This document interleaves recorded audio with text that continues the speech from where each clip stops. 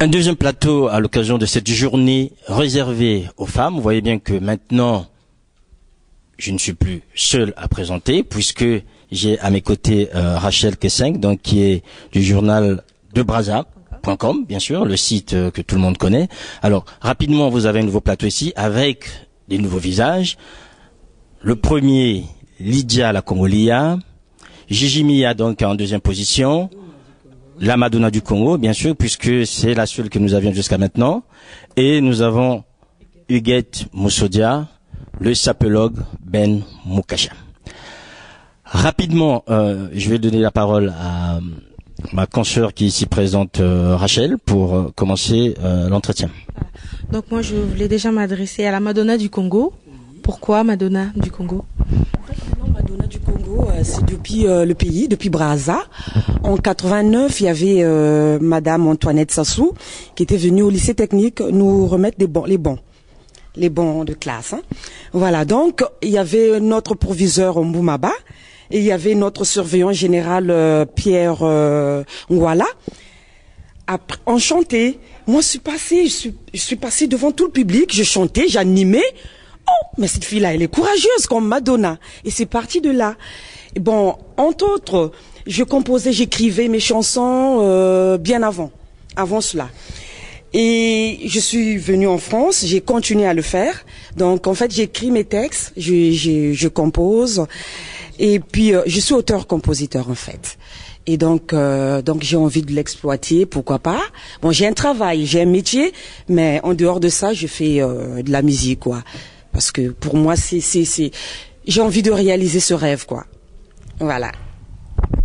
Gigi Mia, la Madonna congolaise, comment avez-vous vécu cette journée consacrée à la femme congolaise ici à Paris? Non, ben, franchement, j'ai aimé, hein, parce que vraiment c'était enrichissant. Hein. Franchement, il y a eu des débats, on a discuté, il y a eu plein de choses.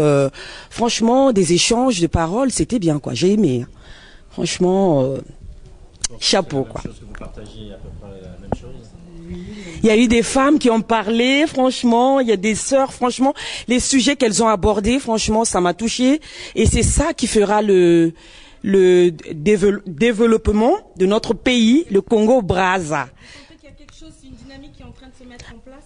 Oui, vraiment. Et vous adhérez à cette... Je vais l'adhérer, franchement, ouais. Donc notre pays là en évolution, franchement j'ai aimé parce que Congo c'est mon pays natal. Je suis née là-bas, il y a mes ancêtres, donc le Congo pour moi c'est chapeau. Ouais, en fait oui. Juste pour rajouter en fait ce que je viens de dire, bah c'est vrai que c'est enrichissant et en plus ça réveille un peu côté femmes. Parce qu'on a vu pas mal de femmes qui se sont proposées même. Donc, quelque part, c'est bien d'organiser ce genre de forum. Donc, moi, personnellement, ça m'a touchée et je pense que ça réveille quelque chose aussi en moi. Prochainement, je pense que...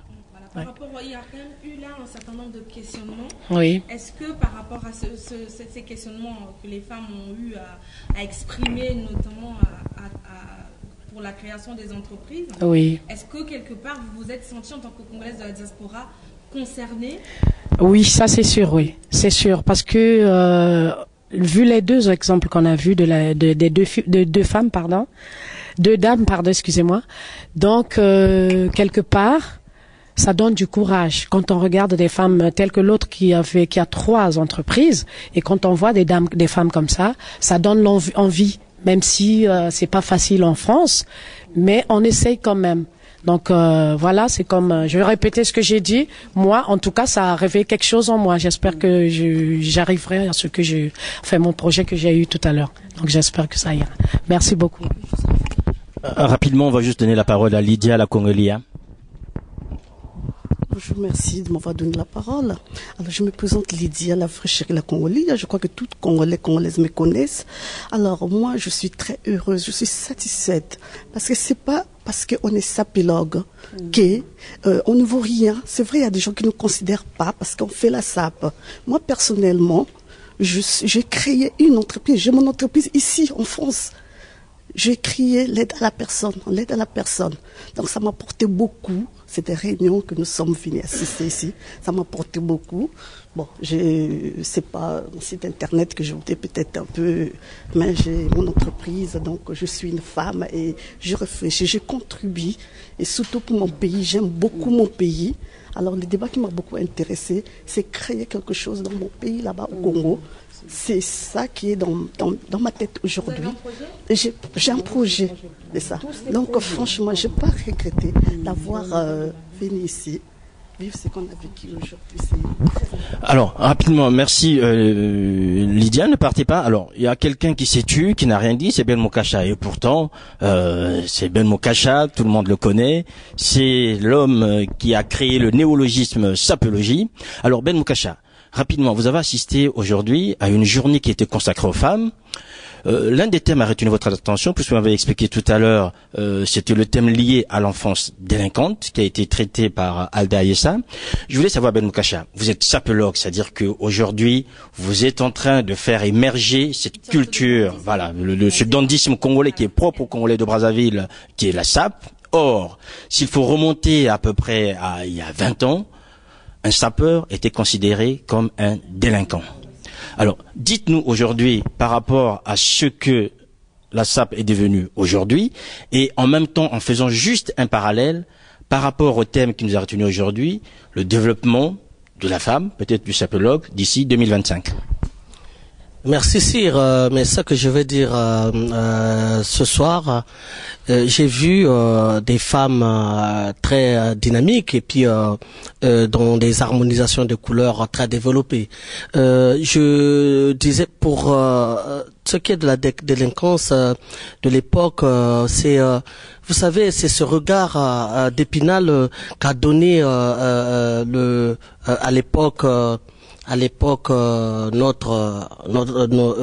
notre République, ce regard de dire que quand vous portez des vêtements effrémés dans la rue, donc vous ne respectez pas. À l'époque, c'était des pionniers de la Révolution, et c'est ce qui a fait qu'il fallait d'abord servir la nation, être pionnier, mais pas dans ce genre.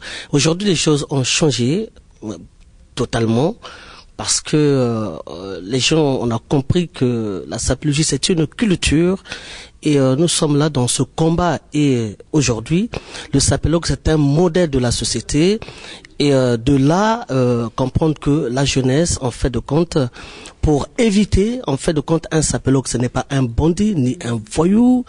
Et ça, il faut le reconnaître, parce que si en France on avait 100% des sapologues, il n'y aurait pas des drogués. Et donc c'est la lutte. Et aujourd'hui, on a compris. Les sapeurs et les sapologues, ils ont beaucoup fait pendant après la guerre, et c'est ça qui a donné l'unité, parce que un sapologue n'est pas